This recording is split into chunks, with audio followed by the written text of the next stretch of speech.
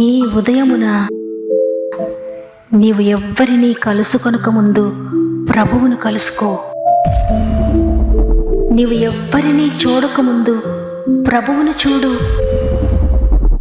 నీవు ఎవ్వరితో మాట్లాడకముందు ప్రభువుతో మాట్లాడు. నీవు దేనిని వెదకకముందు ఆయన రాజ్యమును నీతిని వెదకు.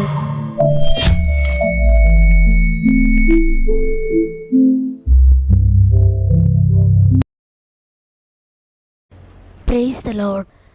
ఈ ఉదయకాలమున మరి ఒకసారి ఈ విధంగా మిమ్మల్ని అందరినీ కలుసుకోవడానికి, దేవుని స్తుతించడానికి ఆయన అనుగ్రహించిన గొప్ప అవకాశం బట్టి దేవుని స్తుతిస్తూ మరొకసారి గాడ్ ఫస్ట్ అనే వాగ్దాన కార్యక్రమానికి మిమ్మల్ని అందరినీ ప్రేమతో ఆహ్వానిస్తూ నా యొక్క ప్రత్యేకమైన శుభములు మీ అందరికీ తెలియజేస్తూ ఉన్నాను.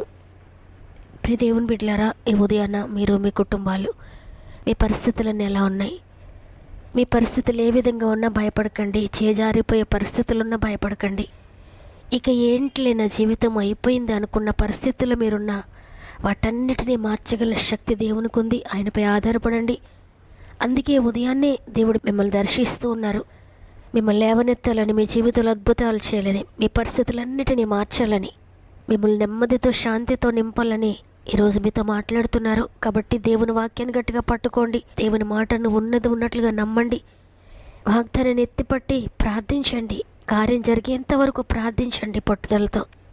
మీ యొక్క ప్రార్థన ప్రతి పరిస్థితిని మార్చబోతోంది. అదేవిధంగా ప్రతిరోజు నేను తెలియజేస్తున్న విధంగానే మీరు ఇంకెవరైనా ప్రార్థన వసతి కలిగి ఉంటే కామెంట్స్ రూపంలో తప్పక తెలియచేయండి. మన ఆత్మీయ కుటుంబం అంతా మీ కొరకు ప్రార్థిస్తున్నారు.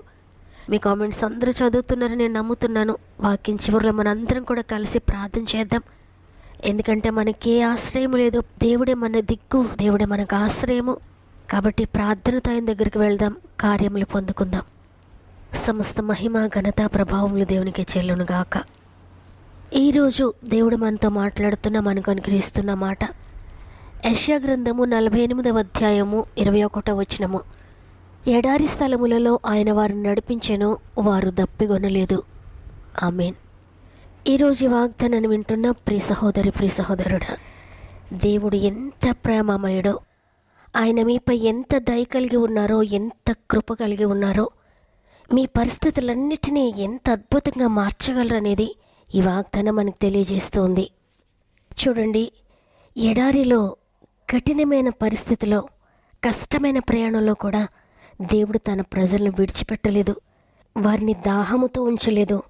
కొండను బద్దలగొట్టి దప్పిక తీర్చాడైన దేవుడు ఈ లోకంలో పరిస్థితులకు, పద్ధతులకు అతీతంగా, స్థితిగతులకు అతీతంగా, వాస్తవాలకు వ్యతిరేకంగా తన బిడ్డల జీవితాల్లో, తనను ఆశ్రయించిన వారి జీవితాల్లో, తనను దేవునిగా కలిగిన వారి జీవితాల్లో, దేవా నీవే నా దిక్కు, నీవే నాకు ఆశ్రయము, నీవే నా దాగుచోటు, నీవు తప్ప నాకెవ్వరూ లేరయ్యా, నీవు లేకపోతే నేను జీవించలేను అని ఎంతమంది బిడ్డలు ఏ గ్రామాల నుండి, ఏ పట్టణాల నుండి, ఏ రాష్ట్రాల నుండి, ఏ దేశాల నుండి, ప్రపంచంలో ఏ మూల నుండి అడుగుతూ ఉన్నారో వారందరి పట్ల ఆయన ఎటువంటి కార్యములు జరిగించగలుగుతాడనేది ఈ లేఖనం మనకు తెలియజేస్తుంది.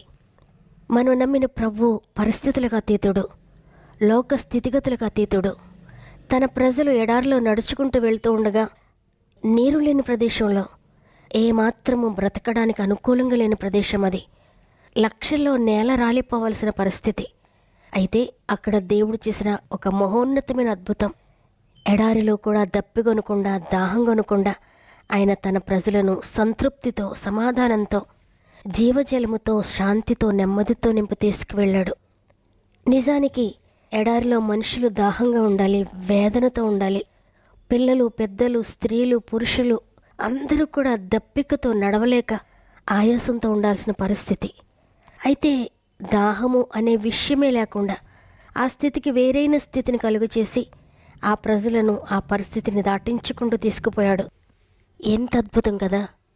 ఈరోజు ఈ మాటలు వింటే మీరు ఒకవేళ అనుకుంటూ ఉన్నారేమో, చాలా కాలం నుండి నా స్థితిగతులను బట్టి, నా అనారోగ్య పరిస్థితులను బట్టి, నా వయసును బట్టి ఇటువంటి బలహీన స్థితి ఉంటుంది. నా చిన్న ఉద్యోగంలో ఇటువంటి కష్టాలు, ఈ సమస్యలు తప్పవు నాకు అన్నట్లుగా ఇలా కొన్ని పరిస్థితుల్లో ప్రయాణం చేస్తున్నప్పుడు పరిస్థితులను పరిశీలిస్తే అవును, ఇలా ఉండడం వాస్తవమే. ఈ వయసులో ఈ ఆరోగ్యం ఇలా ఉండడం సహజమే. నా ఉద్యోగాన్ని బట్టి నా స్థితి ఈ విధంగా ఉండడం సహజమే. నా వ్యాధిని బట్టి ఈ స్థితి సహజమే. ఈ చిన్న వ్యాపారంలో నేను కలిగి ఉండాల్సిన పరిస్థితులు ఇంతే, నా స్థితి ఇంతేలే అని వాస్తవ పరిస్థితులను చూసినప్పుడు మనసు ఇదే చెప్తుంది, ఇంతే అని చెప్తుంది. అయితే దేవుడు సెలవిస్తూ ఉన్నది ఏంటంటే, పరిస్థితులు అంతే అయినా నేను పరిస్థితులకు అతీతుడను. నీవు ఎడారిలో వెళ్తూ ఉన్నావా? ఎడారిలో నీరుండదు అని అనుకోవాల్సిన అవసరం లేదు. ఎడారిలో దాహము అనే మాట వినకుండా నిన్ను నీ కుటుంబాన్ని తీసుకుపోతాడాయన. ఎంత అద్భుతకరమైన విషయం కదా. నీవు నమ్మితే నీ బలహీన పరిస్థితి ఏ విధంగా ఉన్నా దేవుడు దాన్ని మార్చగలడు. బలహీనపడినంతసేపు కూడా వారు వేదన పడ్డారు. ప్రభువును పిలువగానే, ఆయనను ఆశ్రయించగానే పరిస్థితులన్నీ మారిపోయాయి. ఆ తరువాత ఇంకా దాహం అనే మాటే లేదు. ఆశ్రయించకముందు శ్రమ ఉంది, వేదన ఉంది, దాహం ఉంది, దుఃఖం ఉంది. అయితే విశ్వాసంతో ఆయనను ఆశ్రయించినప్పుడు పరిస్థితులకు అతీతుడైన ప్రభు మనలను కూడా పరిస్థితులకు అతీతంగా నడిపిస్తాడు. కనుక ఈరోజు నీవే స్థితిలో ఉన్నా, నీవున్న పరిస్థితి కాదు ఇక్కడ కావలసింది, నీ విశ్వాస స్థితి, నీ అవిశ్వాస స్థితి. నీ పరిస్థితిని మార్చగలిగిన దేవుడు నీకున్నాడు. నీవే పరిస్థితిలో ఉన్నావో ఆ స్థితిగతులను మార్చుకోవడం కాదు. చాలామంది అనుకుంటారు, నేను అభివృద్ధి చెందకపోవడానికి కారణం, నేను సక్సెస్ అవ్వకపోవడానికి కారణం, నా వ్యాపారంలో ముందుకు వెళ్ళలేకపోవడానికి కారణం, నా కష్టాలకు కారణం నేనున్న ప్రదేశమేమో, నేనున్న దిక్కేమో అని రకరకాల అనుమానాలు కలిగి ఉండి, ఈ చోటు మంచిది కాదేమో, ఈ రోజు మంచిది కాదేమో, ఈ గడియ మంచిది కాదేమో, లేక ఈ పొజిషన్ మంచిది కాదేమో అనుకుంటూ ఉంటారు. దేవుని శక్తిని గనుక మనం ఎరిగి ఉంటే మనము అట్లా ఎంత మాత్రం కూడా భయపడం. ఏ దిక్కైనా, ఏ గడి అయినా, ఏ ప్రదేశమైనా, ఏ పొజిషన్ అయినా, ఏది కాదు సమస్తమును మంచిగా చేశాడు నా దేవుడు అని అనుకుంటారు. ఇది మార్చుకుంటే అభివృద్ధేమో, ఈ దిక్కు మారిస్తే అభివృద్ధేమో అని ఎంత మాత్రం కూడా అనుకోరు. ముఖ్యంగా మారాల్సింది మన దిక్కు కాదు, మన పొజిషన్ కాదు. మారాల్సింది ఏంటంటే మన విశ్వాస స్థితి. ఆ విశ్వాసము నీ పరిస్థితులను మారుస్తుంది. విశ్వాస సహితమైన ప్రార్థన రోగిని స్వస్థపరుస్తుందని లేఖనం సెలవిస్తూ ఉంది. అంటే రోగి యొక్క స్థితిగతులను మార్చివేస్తుంది ప్రార్థన. కాబట్టి ఈరోజు ఈ మాటలు వింటున్న ప్రియ సహోదరి, ప్రియ సహోదరుడా, మీరే పరిస్థితిలో ఉన్నా, ఎడారి స్థితిగతులు గుండా మీరు ప్రయాణిస్తూ ఉన్నా కూడా, భూమి ఆకాశంలో సృష్టించిన దేవా, నీకు అసాధ్యమైనది ఏది లేదయ్యా. నా బలహీనమైన పరిస్థితులకు మించిన బలము గలవాడవు నీవు. ఇంత శక్తి కలిగిన నిన్ను కలిగి ఉండి నేనేంటి తండ్రి ఇంత బలహీనంగా ఆలోచిస్తున్నాను. నా పరిస్థితిని మార్చండి అయ్యా, నా హృదయాన్ని మార్చండి అయ్యా, నా విశ్వాసాన్ని మార్చండి అయ్యా అని విశ్వాసంతో అడగండి. విశ్వాసమునకు కర్తయు దాన్ని కొనసాగించేవాడైన క్రీస్తు వైపు చూడండి. ఆయన తప్పక మిమ్మల్ని చేపట్టి నడిపిస్తారు. సాతాను అంటాడు, నీ స్థితిగతులను బట్టే ఈ పరిస్థితులను అనుభవిస్తున్నావు, నీ రోగాన్ని బట్టి ఈ బాధలు నీకు తప్పవు, నువ్వు అనుభవించాల్సిందే. నీ ఆర్థిక పరిస్థితులన్నీ, నీ ఉద్యోగాన్ని బట్టే, నీ చిన్న వ్యాపారాన్ని బట్టే ఈ స్థితి నువ్వు అనుభవించాల్సిందే. నీ ఎడారి పరిస్థితిని మార్చగలిగిన వారు ఎవ్వరూ లేరు, నువ్వు ఒంటరి వాడవు, ఒంటరి దానవు అని. అయితే నువ్వు చెప్పాలి, నేను అనుభవించాల్సిన అవసరం లేదు, నా పరిస్థితులను మార్చే దేవుడు నాకున్నాడు, నా స్థితిగతులకు వేరైన స్థితిని నేను పొందుకుంటాను, అది నన్ను బట్టి కాదు, నా ప్రభువును బట్టి అని. మీరే పరిస్థితి గుండా వెళ్తూ ఉన్నా, మీ మనసు ఏది చెప్తున్నా, సాతాను ఏది చెప్తున్నా, మనుషులు మీతో ఏమంటూ ఉన్నా, మీ చుట్టూ పరిస్థితులు ఏ విధంగా ఉన్నా, మీకంతా అది కరెక్టే అని అనిపిస్తూ ఉన్నా కూడా ఆ స్థితిని మార్చే దేవునిపై ఆధారపడండి, ఆయనను ఆనుకోండి. తప్పకుండా ఎడారిలో కూడా సెలయేరులను ఆయన ప్రవహింపచేయగలడు. కాబట్టి రోజందరం కూడా వాగ్దానాన్ని నమ్ముతూ, తండ్రి నీవు నా జీవితాన్ని, నా స్థితిగతులను మార్చగలిగిన వాడవు.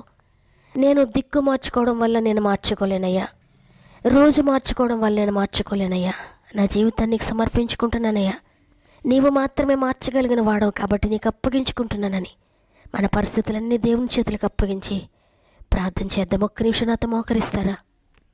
ప్రేమగల తండ్రి, నీకు వందనాలు. నీ కృపను బట్టి మరి ఒక దినాన్ని మాకు అనుగ్రహించి ఈరోజు సజీవులుగా ఉండి నేను స్తుతించే భాగ్యం ఇచ్చారు. అందుని బట్టి నీకు కృతజ్ఞత చెల్లిస్తున్నాను. మాతో మాట్లాడినందుకు వందనాలు తండ్రి. ఎడారిలో వారిని నడిపించావు, దాహము కొనుకుండా నడిపించావు తండ్రి. ఈరోజు కూడా నీపై ఆధారపడిన వారిని నడిపించగలవయ్యా. అది భయంకరమైన ఎడారి లాంటి జీవితమే కావచ్చు, కానీ ఎడారి వల్ల వచ్చే పరిస్థితులు ఏవి కూడా వారి జీవితంలో ఉండవు. ఎడారికి ఉండే పరిస్థితులన్నిటిని కూడా మార్చివేసి సమృద్ధి అయిన జీవంతో నింపగల గొప్ప దేవుడవు తండ్రి. ఈరోజు ఎంతమంది నిన్ను ఆశ్రయిస్తూ ఈ వాగ్దాన్ని నమ్మి మోకరించి ప్రార్థిస్తున్నారో ప్రతి ఒక్కరి జీవితంలో కూడా మీరు అద్భుతం జరిగించండి. మరి ముఖ్యంగా ఎంతోమంది బిడ్డలు వారి ప్రార్థన విన్నపములన్నీ మాకు తెలియజేస్తున్నారు కామెంట్ రూపంలో. ప్రతి ఒక్కరిని పేరు పేరు చెప్పి జ్ఞాపకం చేసుకోండి తండ్రి. మీరు చూస్తున్నారు ప్రతి ఒక్కరిని, మీరు వింటున్నారు ప్రతి ప్రార్థన, మీరు చదువుతున్నారు ప్రతి కామెంట్ను తండ్రి. ప్రతి జీవితాన్ని మార్చండి అయ్యా. ఎవరు ఏ సమస్యతో ఉన్నారో నీకు తెలుసయ్యా. ప్రతి సమస్యలను విడిపించి త్వరలోనే విడుదల అనుగ్రహిస్తున్నారు నమ్ముతున్నాను. మరి ముఖ్యంగా తండ్రి, ఈరోజు ఎంతమంది అయితే ఎగ్జామ్కి వెళ్తున్నారో ప్రతి ఒక్కరిని చేతిలో పెడుతున్నాను. అదే ఎగ్జామ్ అయినప్పటికీ కూడా ఆశ్చర్యకరంగా మీ దగ్గరుండి రాయించండి. డిఎస్సి ఎగ్జామ్ కూడా ప్రిపేర్ అవుతున్న బిడ్డలందరికీ తోడండి, అద్భుతాలు జరిగించండి. ఉద్యోగ ప్రయత్నాలు చేస్తున్న బిడ్డలందరి జీవితాలు అద్భుతాలు చేయండి తండ్రి. ఉద్యోగ ప్రయత్నాలన్నిటిని ఆశీర్వదించండి అయ్యా. చక్కటి ఉద్యోగాలు దయచేయండి. వ్యాపారాలు మీరు అభివృద్ధి చేయండి. చేతి పనులను దీవించండి అయ్యా. డ్రైవింగ్ చేసిన బిడ్డలందరికీ తోడండి తండ్రి. స్వంత గృహాలు లేని బిడ్డలందరికీ చక్కటి గృహాలు దయచేయండి. ఉద్యోగంలో సమస్యలు శోధనలో ఉన్న వారి జీవితాలు అద్భుతాలు జరిగించండి. ట్రాన్స్ఫర్ కోసం ఎదురు చూసిన బిడ్డల జీవితాలు అద్భుతం చేయండి. ప్రమోషన్ కోసం ఎదురు చూస్తున్న బిడ్డల జీవితాల్లో కార్యం జరిగించండి తండ్రి. గర్భఫలం లేక అనేక సంవత్సరాలుగా దుఃఖంతో ఉన్న ప్రతి బిడ్డను జ్ఞాపకం చేసుకోండి తండ్రి.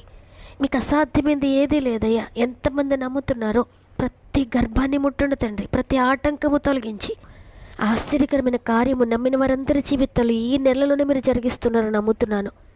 ఇప్పుడే మీరు ముట్టినందుకు వందనాలు తండ్రి. ప్రతి గర్భమును మీరు తాకినందుకు వందనాలు. అనేక సంవత్సరాలుగా వివాహాల కొరకు ఎదురు చూస్తూ ఏజ్ దాటిపోతుందని దుఃఖం కలిగి ఉన్న ప్రతి బిడ్డను కూడా చేతిలో పెడుతున్నాను.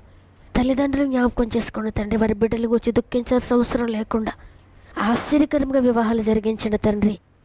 అనేక మంది అప్పులలో ఆర్థిక బంధకాలలో నలిగిపోతున్నారు తండ్రి. ప్రతి ఒక్కరిని జ్ఞాపకం చేసుకోండి అయ్యా. వారి ఆర్థిక పరిస్థితులను ఏ విధంగా మారుస్తారో నాకు తెలియదు, కానీ నువ్వు మార్చగలవని మాత్రం నాకు తెలుసు. అందుకే నీ చేతుల్లో పెడుతున్నాను తండ్రి. అప్పులన్నీ కూడా కొట్టువేయండి. ఆర్థిక బంధకాల నుండి విడిపించి సమృద్ధితో మీరు నింపి నడిపించండి. అనారోగ్యంతో ఉన్న ప్రతి బిడ్డను ముట్టండి అయినా. ఆశ్చర్యకరమైన విడుదల స్వస్థత దయచేయండి. గర్భంతో ఉన్న బిడ్డలందరినీ కూడా ప్రత్యేకంగా నీ చేతులకు అప్పగిస్తున్నాను నేను. 9 నెలలు మీరు తోడుగా ఉండి చక్కటి సేఫ్ డెలివరీస్ దయచేయండి. ఈరోజు ప్రత్యేకంగా పుట్టినరోజులు, పెండ్లి రోజులు జరుపుకున్న వారందరినీ కొన్ని గాయపడిన చేతులకు అప్పగిస్తున్నాను. సంవత్సరం అంతా తోడుగా ఉండి నడిపించండి. ఈ దినమును ప్రారంభిస్తూ ఉండగా ఈ రోజంతా ప్రతి ఒక్కరికి తోడండి. వారు వెళ్ళే ప్రతి స్థలంలో మీరు తోడుగా ఉండి, వారు ప్రారంభించే ప్రతి పనిని మీరు ప్రారంభించి, వారి ప్రతి ప్రయత్నమును కూడా మీరు ఆశీర్వదించి నడిపిస్తారని యేసయ్య పరిశుద్ధమైన నామములో అడిగి వేడుకొంచున్నాను తండ్రి. ఆమేన్. నా జీవితం ఎండిపోయినట్లుగా ఉంది. ఎండిన స్థితి నేను అనుభవిస్తున్నాను. ఎడారిలో ఒంటరిగా ప్రయాణిస్తున్నాను అనుకుంటున్నా ప్రియ చెల్లి, ప్రియ తమ్ముడు, ఈ వాగ్దానం నీ కొరకే దేవుడు నిన్ను సమృద్ధిలో నడిపించబోతున్నాడు. వాగ్దానాన్ని నమ్మండి, ఎత్తిపట్టి ప్రార్థించండి. ఈ వాగ్దానం నా కొరకే దేవుడు నాతో మాట్లాడాడు అన్న వారందరూ కూడా ఆమెను చెప్పండి. విశ్వాసంతో బిగ్గరగా చెప్పండి. మీకు అనుకూలమైతే ఈ వాగ్దానాన్ని తప్పక లైక్ చేయండి. మీకు తెలిసిన వారందరికీ షేర్ చేయండి. దేవుని దీవెనలు పొందుకోండి. దేవుని చిత్తమైతే తిరిగి రేపు అందరం కలిసి ఆయనను స్తుతిందాం. అంతవరకు ప్రభు మీకు, మీ కుటుంబాలకు తోడేండి నడిపించును గాక. God bless you.